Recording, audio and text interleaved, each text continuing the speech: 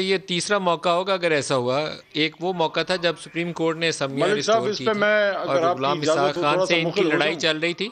और उस वक्त जनरल वहीद काकड़ जो थे वो दरमियान में थे उस लड़ाई के। उन्हें किसी एक का रास्ता क्लियर करना था। इन्होंने एक तकरीर की बड़ी ज़बरदस्त किस्म की कि डिक्टेशन नहीं लूँगा, असम्बलियाँ नहीं तोड़ूंगा, और अगले दिन असम्बलियाँ तोड़ दी।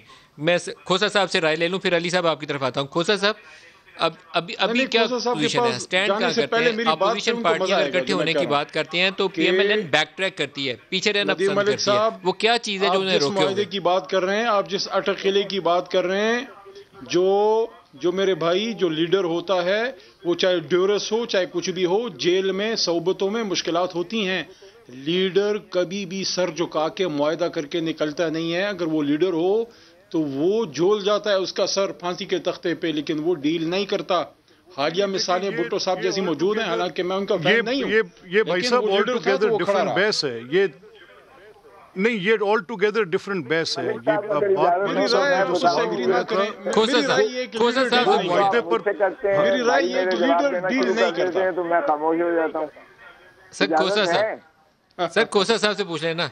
खोसा साहब, देखें, हाँ जी, बिल्कुल अली पूछिए मोहम्मद पूछिए। ने ठीक कहा। भुट्टो साहब ने बिल्कुल, जब मिन्नतें करती और वो डिप्टी कमिश्नर का जो वहाँ मौजूद थे उस वक्त, उन्होंने जाके जब माफीनामा जब वो मर्सी पिटीशन का लेकर गए और भुट्टो साहब ने जिस अंदाज से उसे दुत्कारा था जियाउल हक के उस नुमाइंदे को, वो भी एक तारीख का हिस्सा है। वो सूली पर झूल गए थे, लेकिन उन्होंने माफी मांगना या मर्सी पिटीशन करना बिल्कुल ना तो गवारा। उन्होंने यही कहा था कि मैं तारीख के हाथों मरना नहीं चाहता, मैं जियाउल हक के हाथों मर जाऊंगा, लेकिन तारीख के हाथों मैं नहीं मरूंगा। तो तारीख के हाथों न मरने की वजह से आज भी अमर है, इसलिए हम कहते हैं आज भी भुट्टो जिंदा है। बाकी रहा जहाँ तक ताल्लुक आपने कहा, ये मैं नहीं बता सकता कि वो जबर था या नहीं था। उस वक्त बाहर क्या बेल पर थे जब मोहतरम नवाज शरीफ साहब। लेकिन एक चीज नदीम मलिक साहब बड़ी वाज़ेह है, नवाज शरीफ बीमार थे, इसमें कोई शक नहीं है। उनके पहले ऑपरेशन हो चुके थे।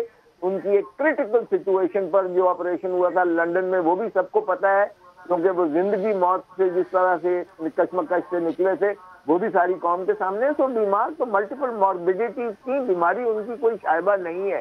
इसलिए ये नहीं कहा जा सकता कि उस वक्त वो बीमारी की बिना पर जो है कोई वो डील करके गए थे। वो डील करके तो नहीं, बीमारी की यकीनन थी। और बीमारी की गूंज सुप्रीम कोर्ट से लेके इस्लामाबाद हाई कोर्ट से लेके लाहौर हाई कोर्ट तक जो है सारी